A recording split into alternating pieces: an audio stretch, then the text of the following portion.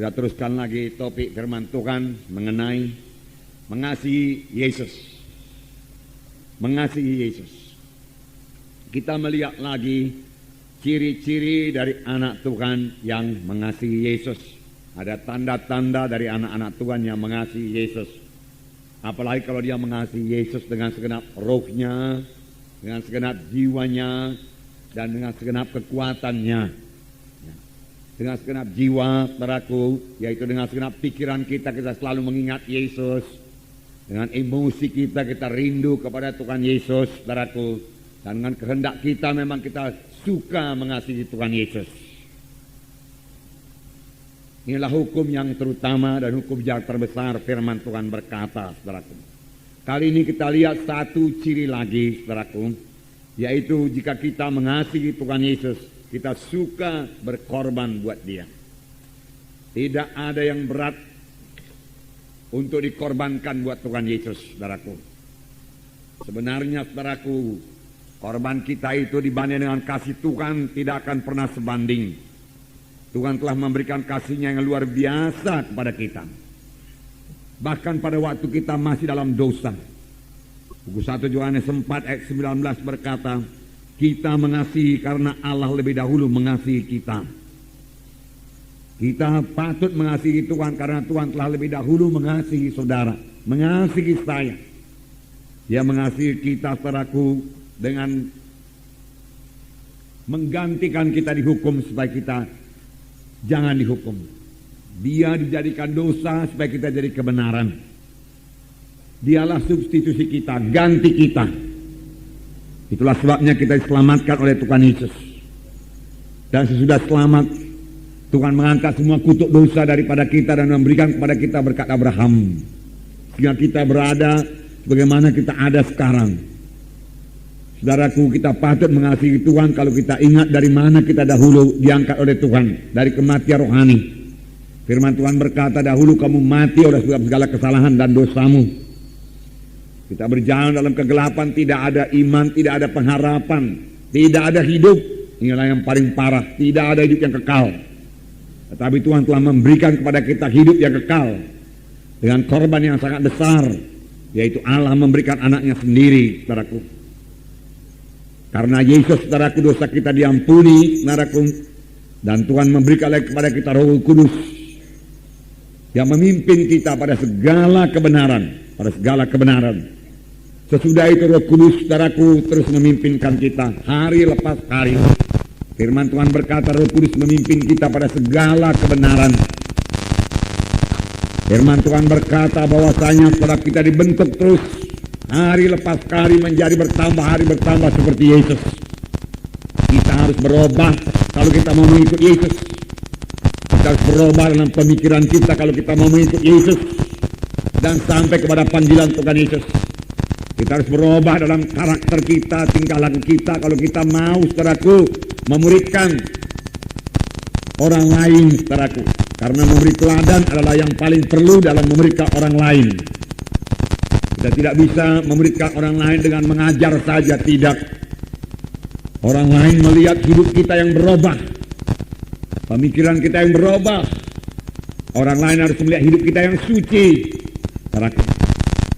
Dan ini terjadi kepada kita pada waktu Roh Kudus menyadarkan kita ini orang berdoa, kita ini memiliki lagi karakter-karakter yang diubahkan dan kita mau diubahkan dengan bertobat,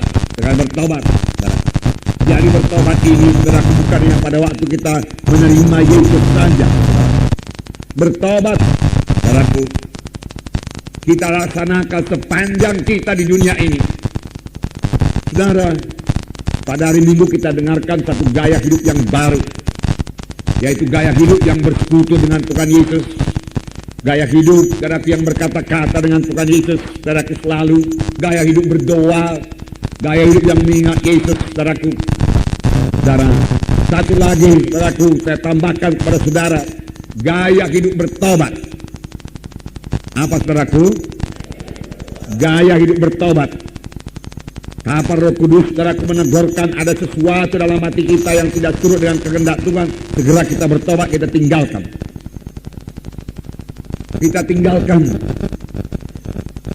Bertobat bukan sekedar menyesal saja, menangis, saudaraku, tetapi tidak mau berubah. Bukan, saudaraku. Banyak, saudaraku, penjahat-penjahat, saudaraku, pencuri, perampok yang ditangkap oleh polisi, kemudian dimasukkan dalam penjara, dia menangis. Dia menyesal, bahkan dia menyesal. Tetapi dia sama sekali tidak mau meninggalkan, saudaraku, kejahatannya itu. Sesudah keluar dari penjara, dia kembali. Kalau ada kesempatan, dia kembali berbuat kejahatan. Saudaraku, yang diminta Tuhan daripada kita berubah. Berubah, itulah bertobat, supaya kita, saudaraku, bisa dibentuk menjadi sama seperti Yesus. Tanpa kita mau berubah, saudaraku, tanpa kita mau bertobat sungguh-sungguh, saudara, dan tidak akan sampai kepada maksud Tuhan. Dan kita tidak bisa memuridkan, saudaraku. Karena memuridkan, saudaraku, perlu teladan. Karena saudara tentunya di kelompok sel itu memuridkan, saudara. Memuridkan itu, saudara, tidak cukup dengan mengajar saja. Tapi orang harus dapat membaca hidup saudara. Transparan. Kehidupan kita ini dilihat oleh kehidupan saudara sebagai pemimpin kelompok sel dilihat oleh anggota-anggota kelompok sel. Bahwasanya saudara sudah berubah, mengasihi Yesus, mengasihi dia, yaitu anggota-anggota kelompok sel saudara. Menyatakan dalam pelayanan saudara kepada dia, perkunjungan saudara kalau dia tidak datang, saudaraku. Di situ dia melihat pada kedewasaan saudara, kasih saudara. Dan dia mau berubah menjadi seperti saudara. Dan kelak kalau dia sudah berubah, dia akan memberikan orang lain lagi. Demikian pemberitaan berjalan terus. Dari satu generasi rohani kepada generasi yang lain, saudara. Nah, jadi gaya hidup bertobat. Gaya hidup bertobat. Yang meninggalkan segala kebencian Tuhan, yang meninggalkan semua yang tidak berkenan kepada Tuhan, yang meninggalkan semua tabiat-tabiat lama, yang tegurkan Tuhan kepada kita tinggalkan. Kita mau dengar hati mengaku kekurangan kita, saudaraku. Kalau kita masih merasa diri kita benar, saudaraku, kita belum bisa bertobat. Kalau kita merasa diri kita lebih baik daripada yang lain, kita tidak bisa bertobat. Bertobatlah kamu sebab kerajaan surga sudah dekat. Di manakah Yohanes mengajar? Padang belantara, saudara baca. Dan orang-orang datang padang belantara untuk mengaku dosa dan bertobat dan dibaptis sungai Jordan. Saudara, dan ketika orang Farisi dan Saduki datang kepadanya, saudaraku, Yohanes Pembaptis berkata, keluarkanlah buah-buah yang berpadan dengan pertobatan. Karena orang Farisi ini orang yang sangat beragama.